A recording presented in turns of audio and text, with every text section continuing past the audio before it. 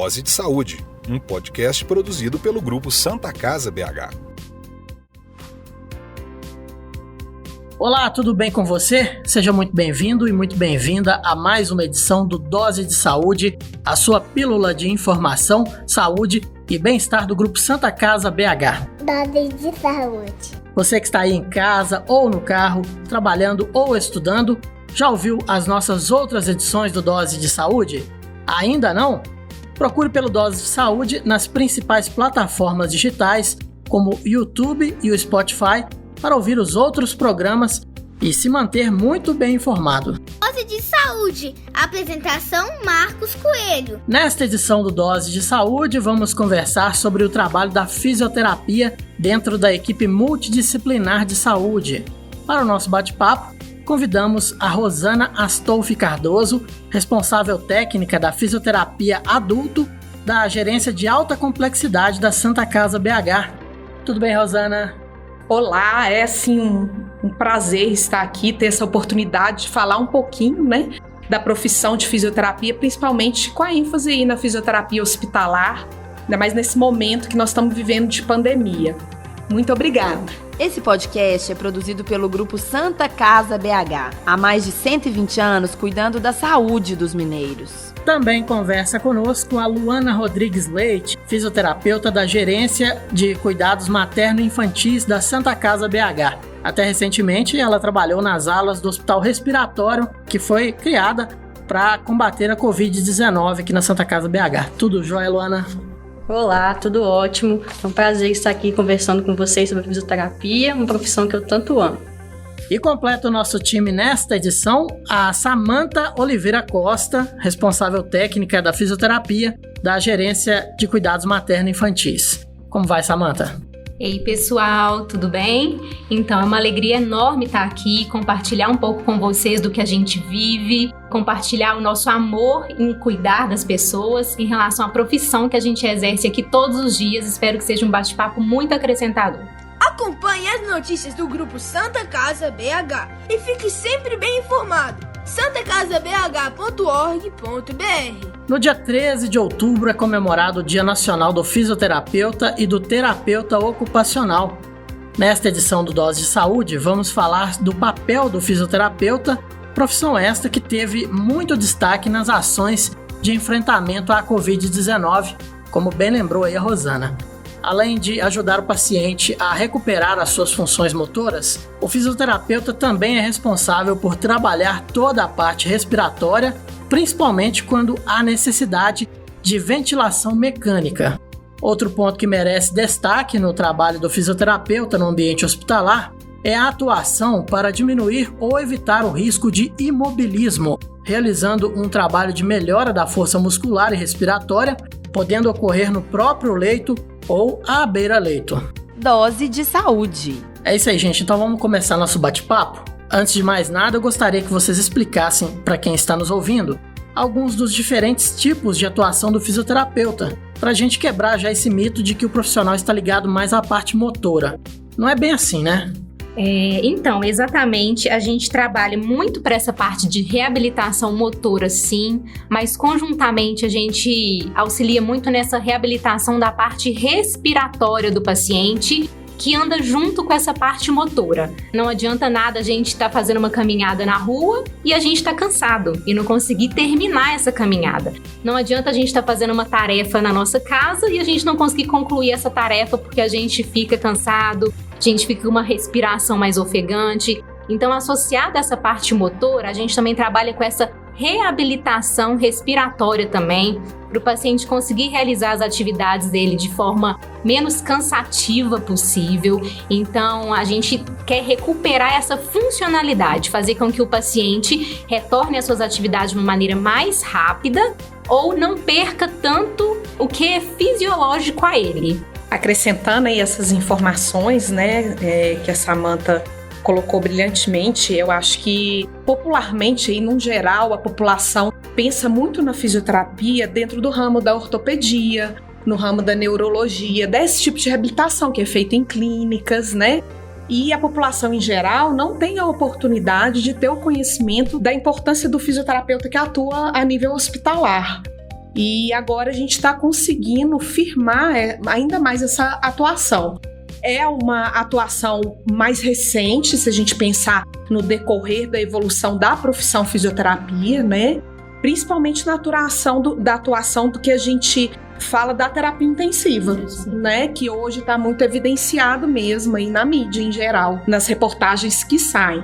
Então, o fisioterapeuta que é intensivista é uma titulação que é recente, que tem menos de 10 anos, e a sua atuação ela é primordial na recuperação desse paciente, do ponto de vista respiratório, na hora que esse paciente precisa de um respirador, né, para ajudá-lo, né, para garantir o seu funcionamento do seu pulmão, e associado a isso, como a Samantha falou, a sua recuperação motora junto com a sua recuperação respiratória. Então a gente vai reabilitar esse indivíduo. Eu tenho que pensar, eu recebi esse indivíduo no hospital de uma maneira, ele vai precisar da minha ajuda, mas eu tenho que reabilitá-lo para devolvê-lo à sociedade o mais próximo possível de funcionalidade do que eu recebi. Pois é, Rosana, eu acho que essa questão do fisioterapeuta no ambiente hospitalar veio muito à tona com a Covid-19, justamente quando chegou aquela discussão de que será que vai ter respirador para todo mundo? E aí foi aquela correria dos estados, né, comprando respirador.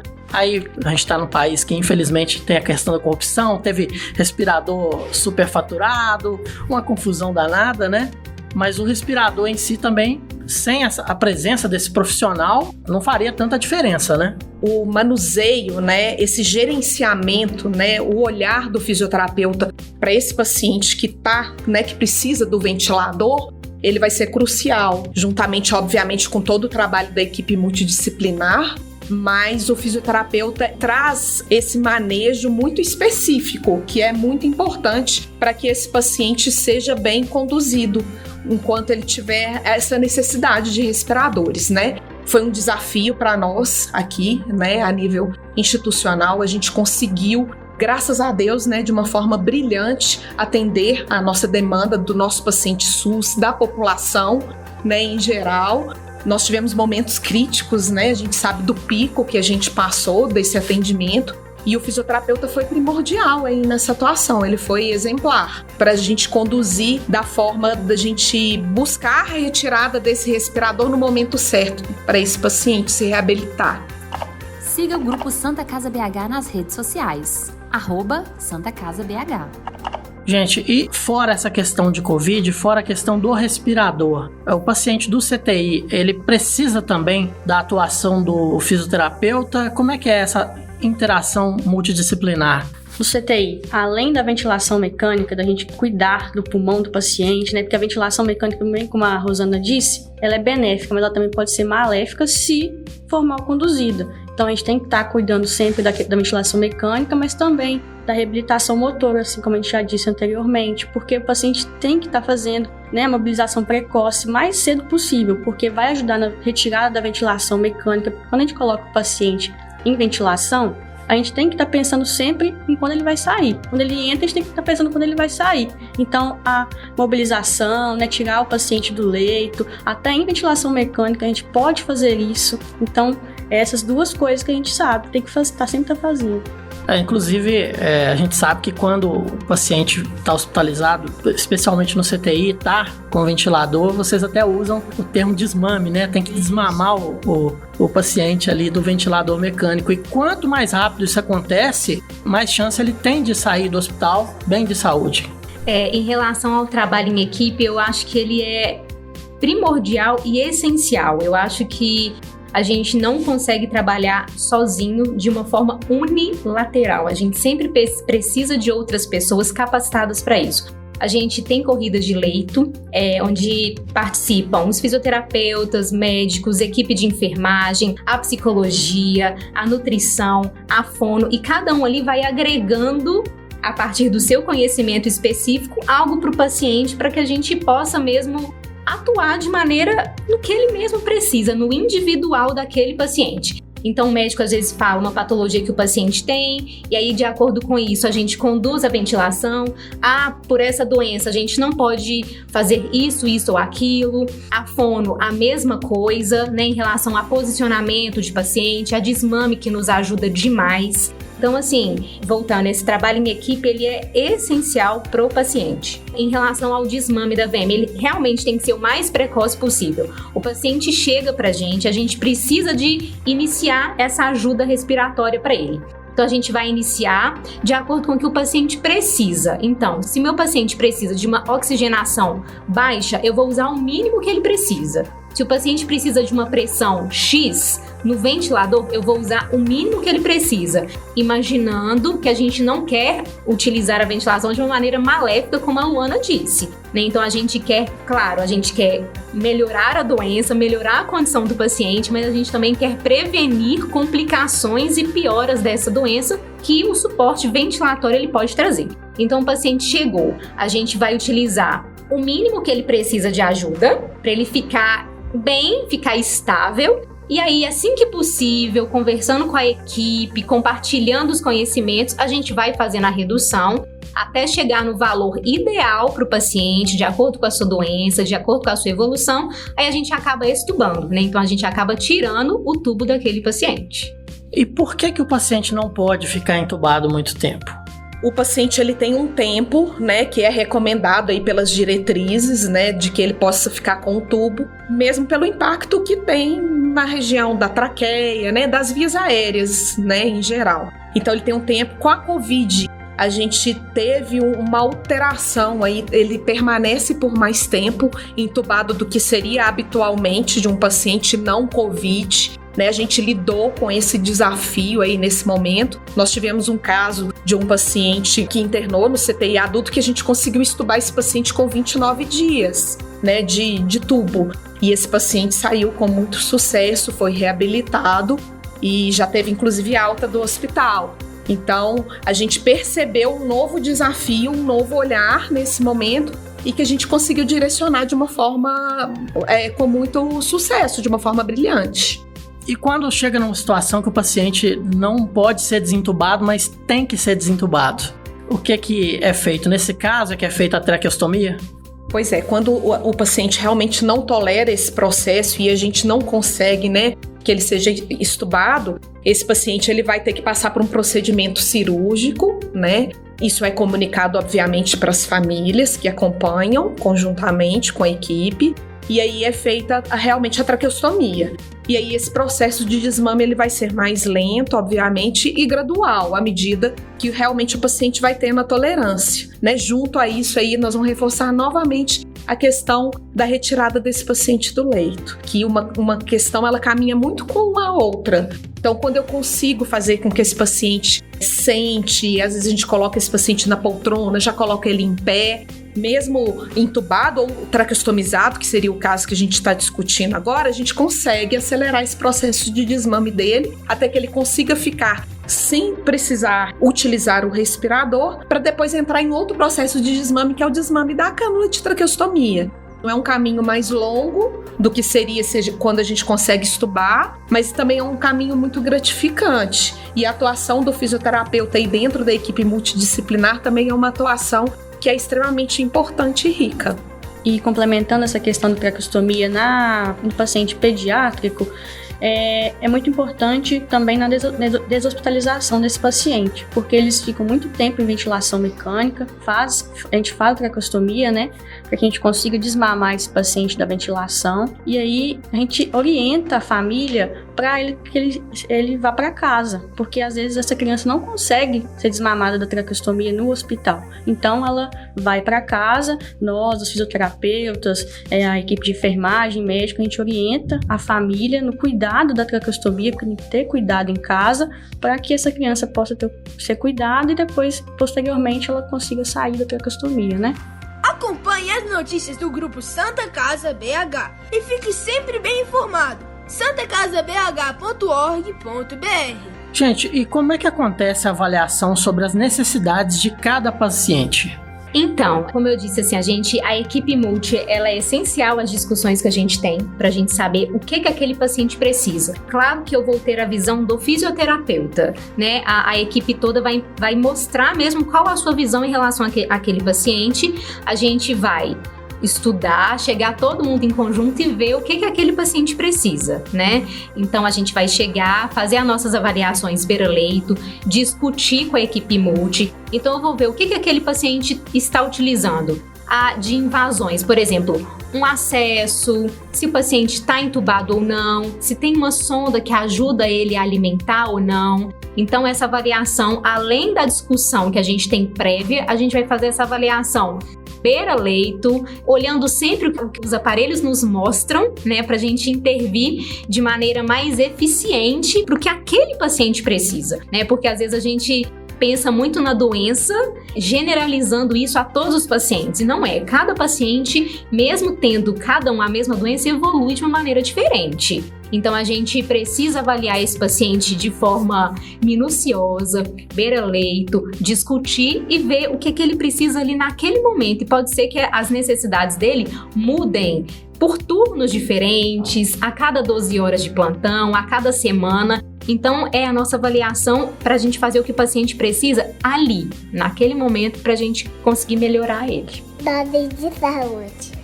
Os cuidados com o paciente pós-operatório ou paciente de transplante, os pacientes clínicos, são muito diferentes? Como que o fisioterapeuta pode ajudar no restabelecimento desses pacientes? Bom, os cuidados em geral, o raciocínio ele vai ser similar, como a gente já falou em tudo. Se o paciente está em ventilação mecânica, depois que ele, né, resolveu a condição que o levou para a ventilação mecânica, que ele está estável, eu vou tentar já desmamá-lo, eu vou tentar retirar. Então o raciocínio é similar. Normalmente um paciente de pós-operatório, ele nos chega na unidade de terapia intensiva em uma situação que é diferente de um paciente clínico. Então ele vai chegar, ele estando estável, a gente vai evoluir mais rapidamente com esse procedimento de interrupção da ventilação mecânica e extubação. O paciente do transplante, ele é um paciente extremamente gratificante para todo o trabalho de toda a equipe.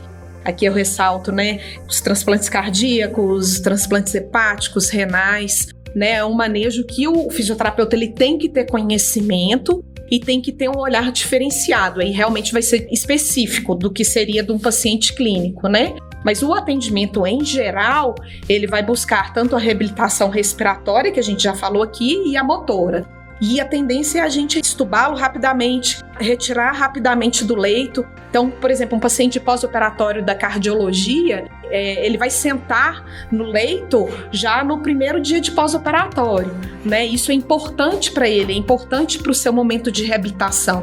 Ele vai ficar em pé no segundo dia de pós-operatório, já evoluindo, já para a gente pensar já em deambular, né? Andar com esse paciente.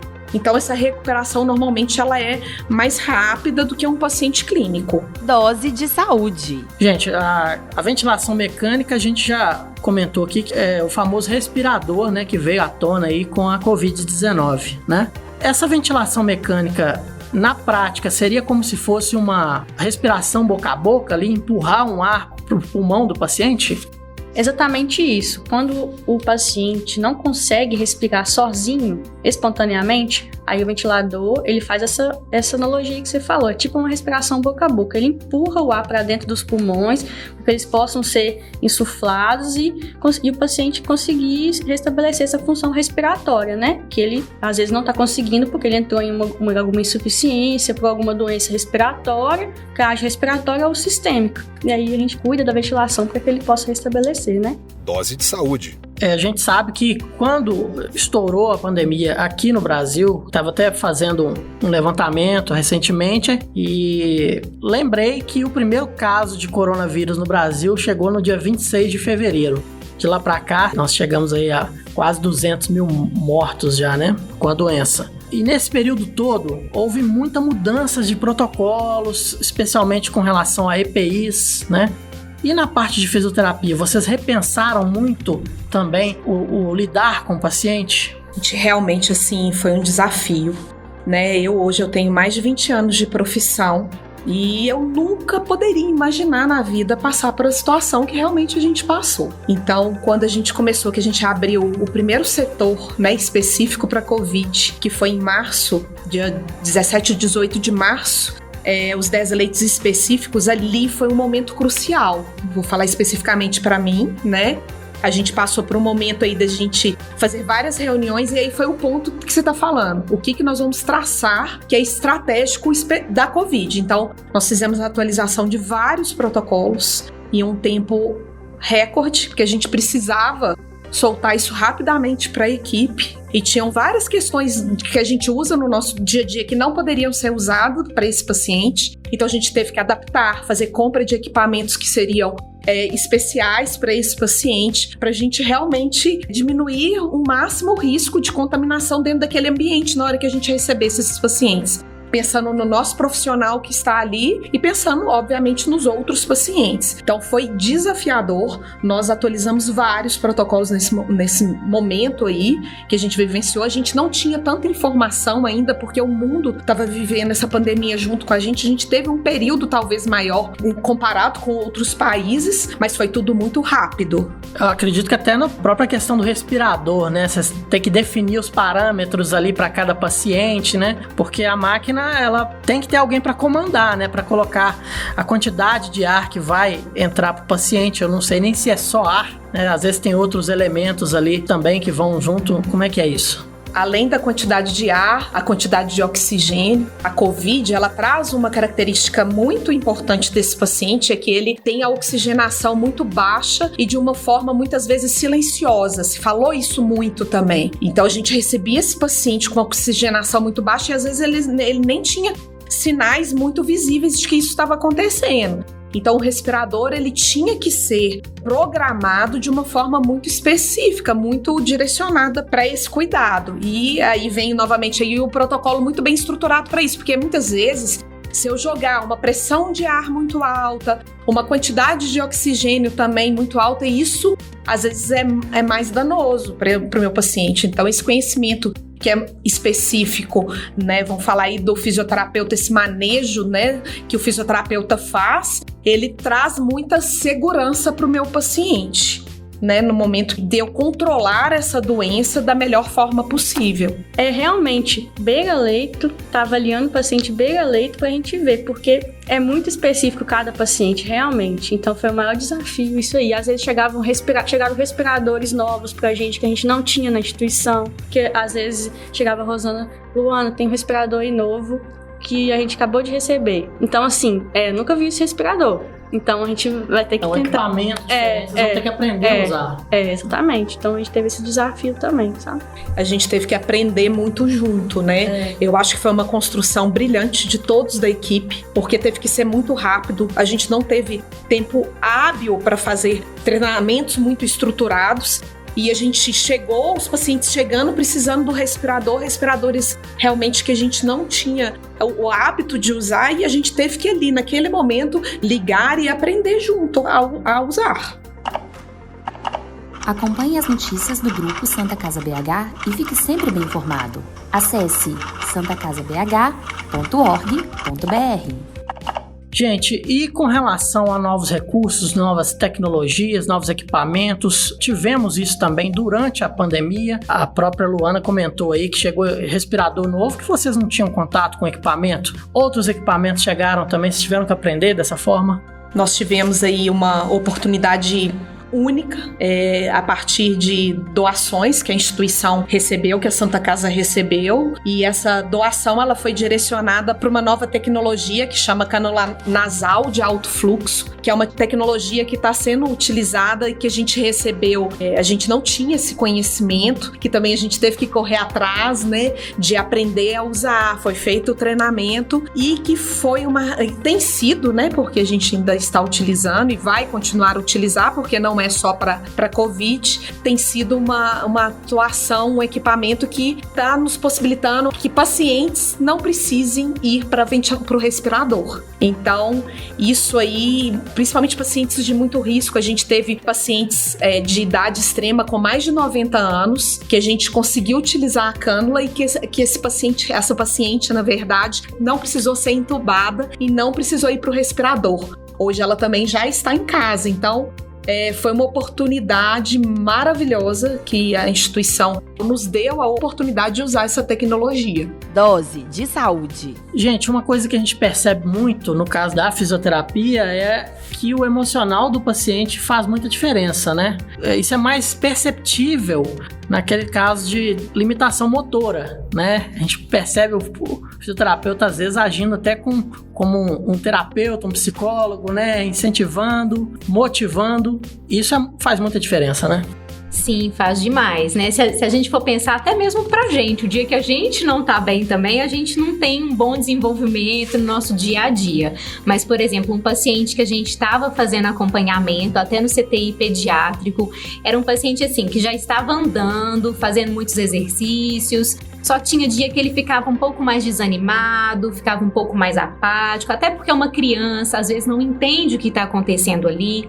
E nesses dias onde essa parte dele emocional não estava tão bem, influenciava até mesmo na forma como a gente conduz a nossa assistência, né? Então a gente às vezes chegava no leito dessa criança, falava, abordava, né, para fazer os exercícios, de uma forma lúdica também, conversar, explicar. Ele já sabia que era importante, só tinha dia que ele não estava animado e acabava não saindo do leito, então ele ficava lá na cama. Isso pode trazer também um atraso na recuperação desse paciente, né? Então, porque mexe um pouco nessa questão da funcionalidade. Então, mais uma vez aí, é um trabalho em equipe, às vezes acionar os serviços de psicologia, conversar com os pais, porque às vezes são crianças menores também, né, que não têm um entendimento tão grande, mas influencia totalmente, e é uma questão muito importante.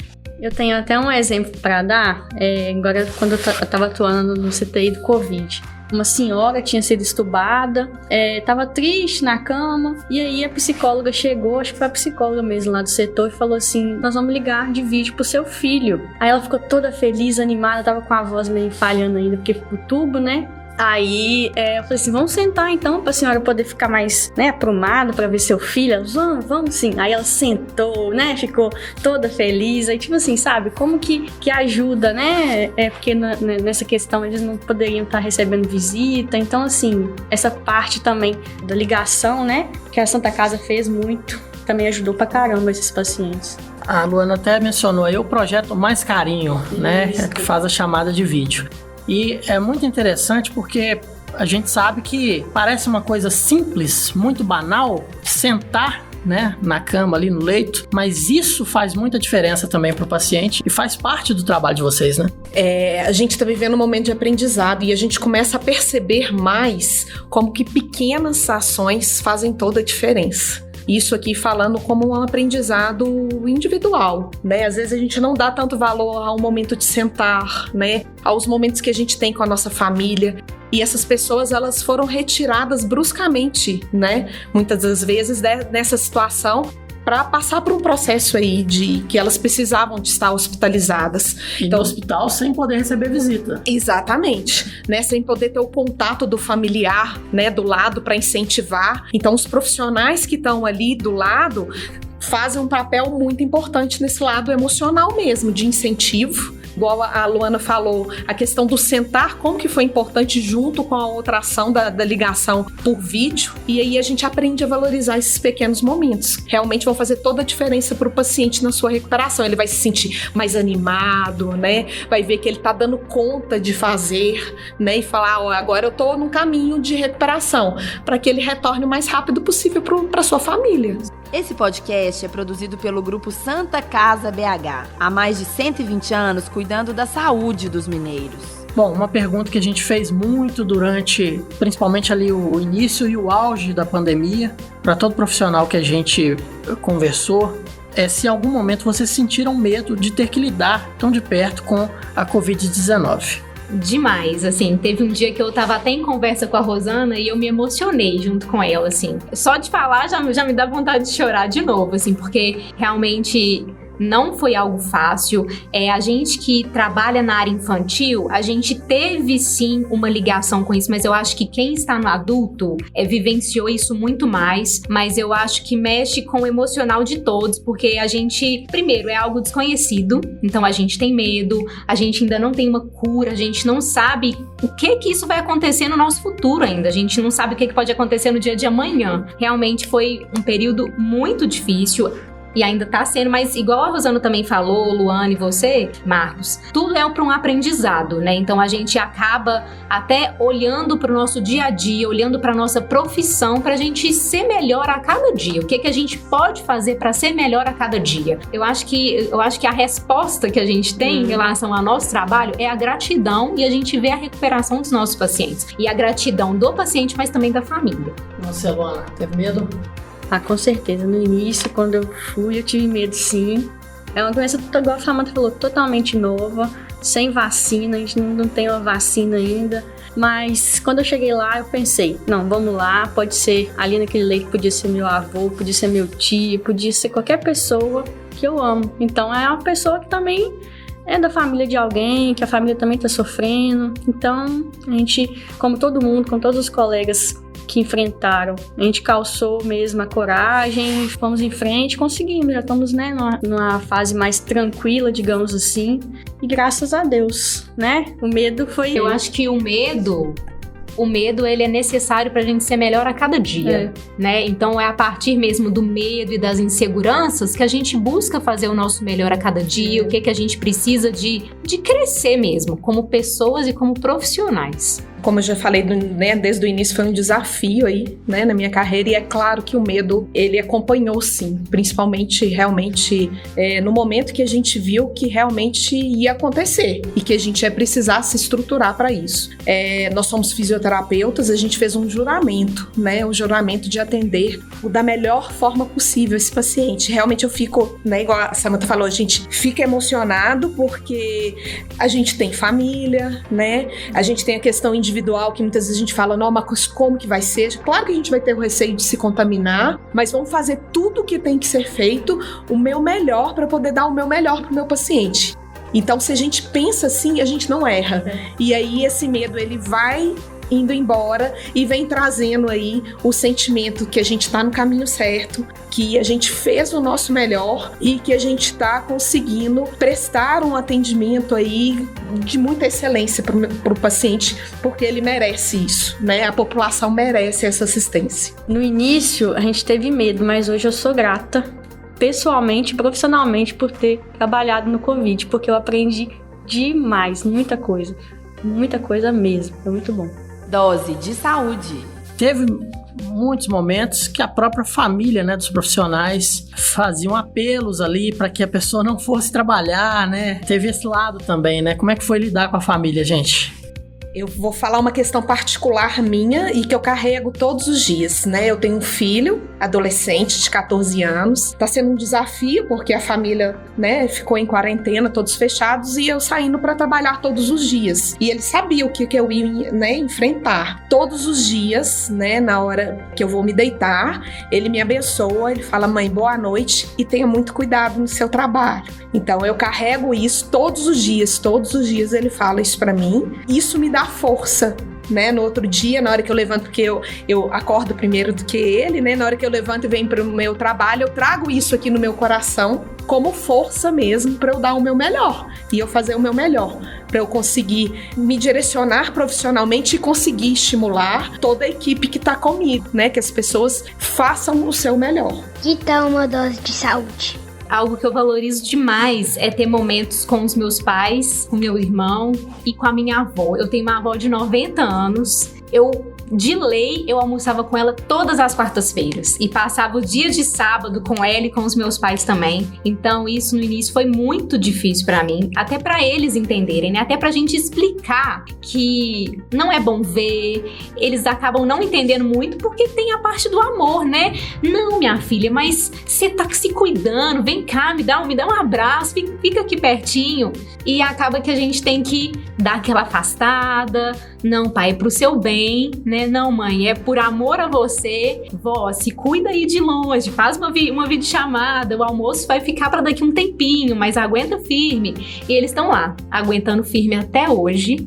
Entenderam o meu lado, eu entendo o lado deles também, mas não é nada fácil a gente ver de longe, a gente olhar no olhinho assim, querer dar aquele abraço apertado e matar a saudade, mas é por algo maior, né, que a gente tá fazendo isso. Então, é na dor, mas pelo amor, né? Luana?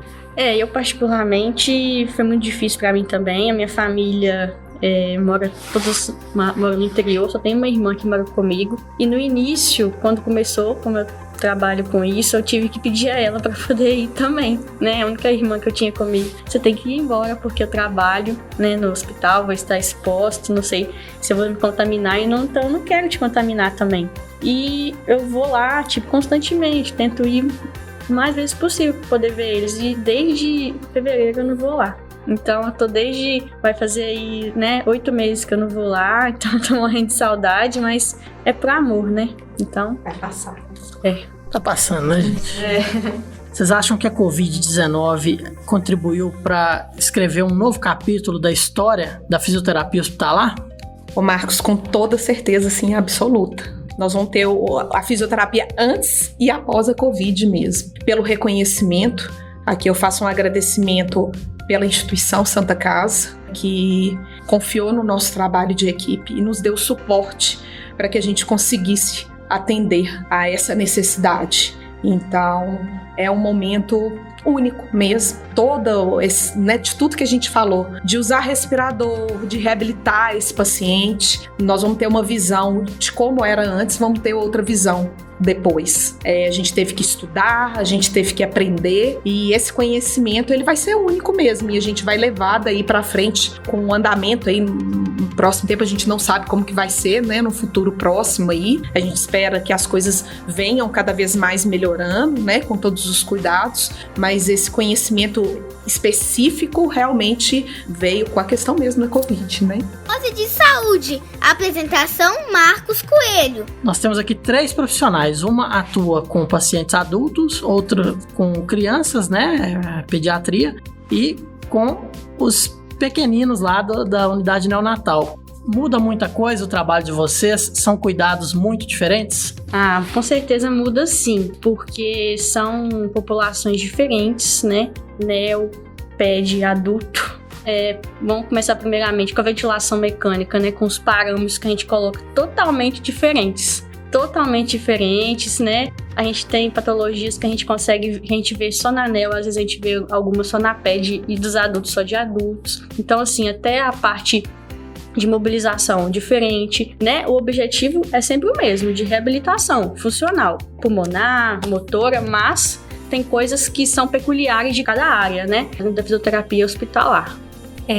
Na população neonatal, então, muda demais. Às vezes a gente vê, tem um nenenzinho lá que nasce de 25 semanas. O pulmão desse neném não tá nem formado ainda, né? Ele não consegue, de forma fisiológica, nem fazer a troca mesmo de gás, de oxigênio. Então, a gente tem os protocolos de manuseio mínimo também, que entra toda a equipe, toda junta de uma vez, para evitar ficar mexendo demais nesse paciente. Tem alguns que são tão pequenos que a gente não pode nem fazer exercícios, a gente não pode fazer pelo risco que isso causa. Então, a gente tem que tomar muito cuidado com a parte de ventilação, pra gente não lesar algo que ainda nem existe direito dentro daquele pulmão, né? Então a gente tem que tomar muito cuidado na forma como a gente até posiciona esse paciente, deita ele de lado, deixa ele de barriguinha pra cima. Então é algo muito mais, entre aspas, assim, um manuseio muito mais delicado, a mão muito mais levinha, a gente não pode fazer alguns tipos de manobra,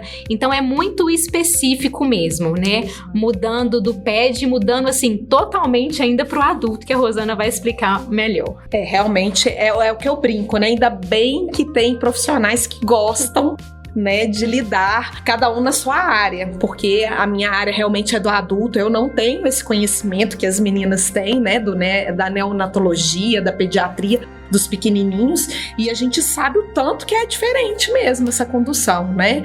O objetivo, igual a Luana falou, é o mesmo, mas a avaliação do fisioterapeuta, a proposta de tratamento que o fisioterapeuta vai fazer, realmente ela é totalmente diferente. Dose de Saúde, a sua pílula de formação do Grupo Santa Casa BH. Gente, nós estamos finalizando, mas antes eu queria que vocês, cada uma deixasse aí uma história que vocês considerem que vale a pena compartilhar nesses 8 meses aí. A Luana fez os cálculos aqui, né, Luana?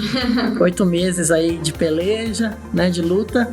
Que vocês pudessem contar uma história que marcou vocês aí nesses últimos tempos. Então, assim, eu acho que toda história, todo paciente nos marca de alguma maneira. Na verdade, tem alguns momentos muito especiais, assim, que me marcam muito, que é no momento onde a gente, por exemplo, tira o neném da incubadora, do bercinho e faz um contato pele a pele com a mãe, que a gente chama de método canguru. Então, a gente, com a ajuda da equipe toda, coloca esse neném no colo da mãe. Quantas vezes eu já não vivenciei mãe chorar, mãe tendo esse primeiro contato, e eu emociono todas as vezes na hora de colocar. Mas teve uma história que me tocou bastante, que a gente teve o nascimento de um neném. Ele não nasceu muito bem, ele não evoluiu de forma boa logo após o nascimento, então ele precisou dessa ajuda respiratória logo após. Um nenenzinho que ele não conseguia acordar efetivamente depois que ele nasceu, e a mãe sempre lá, presente, fica o dia todo acompanhada ao ladinho dele, sempre fazendo perguntas pra gente, a gente via em alguns momentos rezando, e assim, o neném não evoluindo de uma forma muito legal. Graças a Deus, em um dia, esse neném começou a melhorar do ponto de vista de respiração, do ponto de vista neurológico, de despertar, de movimentar o corpinho. Aí a gente teve, em discussão com a equipe, a ideia de tentarmos tirar o tubo desse paciente. Aí a gente vai, conversa com a mãe, explica pra ela. Eu expliquei pra ela o que a gente iria fazer naquele momento, que era tirar o tubinho, tirar essa ajuda total que esse paciente tá tendo, pra fazer com que o paciente respire sozinho. Aí expliquei pra ela o que eu iria fazer e falei, olha, a senhora pode ficar aqui do lado, explicando o que poderia acontecer, olha, pode acontecer isso, explicando, pra ela não se assustar caso o neném ele não conseguisse respirar de forma legal. Ou a senhora pode esperar lá fora e assim que eu terminar, eu te chamo. Ela, não, Samantha, eu vou ficar aqui do lado. Eu falei, não, como a senhora quiser, pode ficar. Eu fui, comecei a preparar as coisas, ela ajoelhou.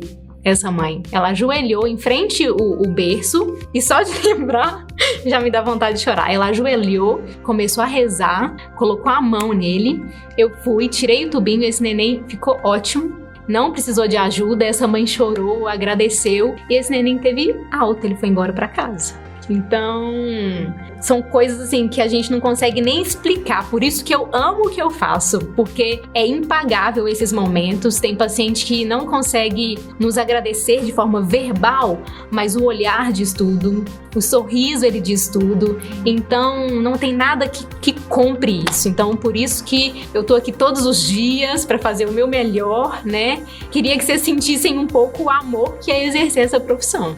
Que lindo, Acho que vai ficar difícil superar agora a história da Samantha, hein? Não precisa superar não, tá, Luana? Só conta uma história bonita pra gente. Então, por diversos momentos dentro da pandemia, enquanto eu estive atuando lá no hospital respiratório, eu tentei conter minha emoção.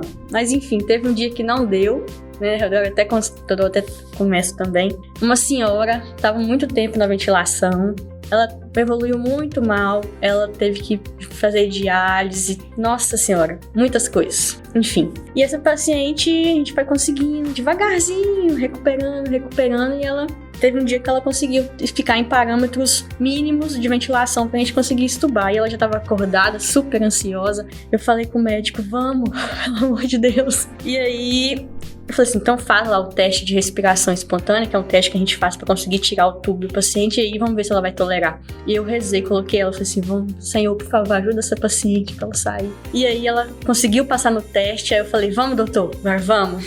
Desinsuflei o balonete, que é um cofezinho que fica perto do tubo, e falou, vamos lá. Quando eu tirar o tubo, a senhora vai tossir. E ela tossiu e conseguiu ficar bem. A primeira coisa que ela olhou pra mim com a voz, ela falou assim, avisa minha família que eu tô bem, viu? Avisa que eu tô bem aqui. Eu falei assim, aí eu comecei a chorar. Sinceramente, para aquele momento, pra mim, foi muito lindo, e ela conseguiu sair do CTI. Então, assim, eu nunca vou esquecer esse momento. Dose de saúde. Trabalhar na Santa Casa é muita emoção, né, gente? A gente que é da comunicação, mas a quantidade de história que a gente não fica sabendo, e é realmente muito gratificante. Agora, que responsa, hein, Rosana? Depois de 2 histórias, vamos ver a sua agora, hein? Eu assim, é até difícil da gente sinalizar uma história, porque no momento que a gente tá vivendo são várias, né? Mas eu vou falar uma aqui que tá até mais recente e que a gente lutou muito por essa paciente. Uma senhora de 80 anos, né? Covid, né?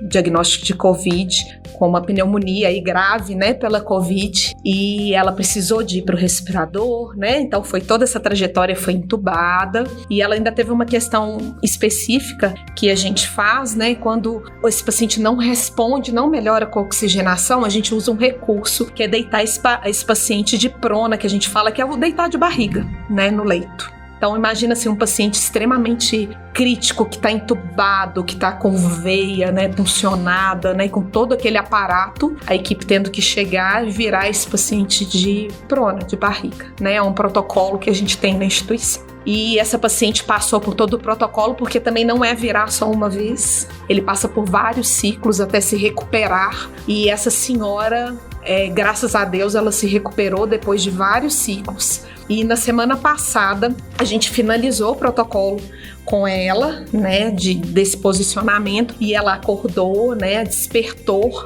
e foi estubada. E é uma senhora que já foi sentada, já está sentada na poltrona, estubada, 80 anos, e que passou por todo esse desafio, toda essa trajetória de um atendimento que é muito específico, que lida com a doação de todos os profissionais ali para que ele aconteça, e foi feito de uma forma brilhante. Ela é uma dentro de vários casos, mas que marcou muito a gente, o sorriso dela, né, ao sentar na poltrona, ao estar bem, inclusive estubada, né, ela não precisou nem de traqueostomia, né, graças a Deus. É um sorriso que é muito gratificante para nós como profissional, é isso, né, que nos dá força mesmo dia a dia. E como a Samantha falou, eu trago aqui as palavras dela, eu amo muito o que eu faço, então esse amor, ele tem que ser transmitido pro nosso paciente, para a nossa equipe. Então sou muito grata por esse momento, que foi um momento de desafio, mas que eu tenho muita gratidão por ter passado por ele. Siga o Grupo Santa Casa BH nas redes sociais, @SantaCasaBH. Realmente são muitas histórias bonitas, né, aqui na Santa Casa, e toda vez que a gente senta para conversar com vocês profissionais, o tempo voa. Nós estamos terminando mais uma edição do podcast Dose de Saúde. Eu quero agradecer a presença dos nossos convidados e também agradecer a você, nosso ouvinte, que está conosco até agora. Muito obrigado pela sua audiência. Dose de saúde. Curtiu Dose de Saúde? Ouça o podcast nas principais plataformas digitais e compartilhe com seus amigos. Muito obrigado a todos e até a próxima edição do Dose de Saúde. Tchau! Você ouviu Dose de Saúde, um podcast produzido pelo Grupo Santa Casa BH.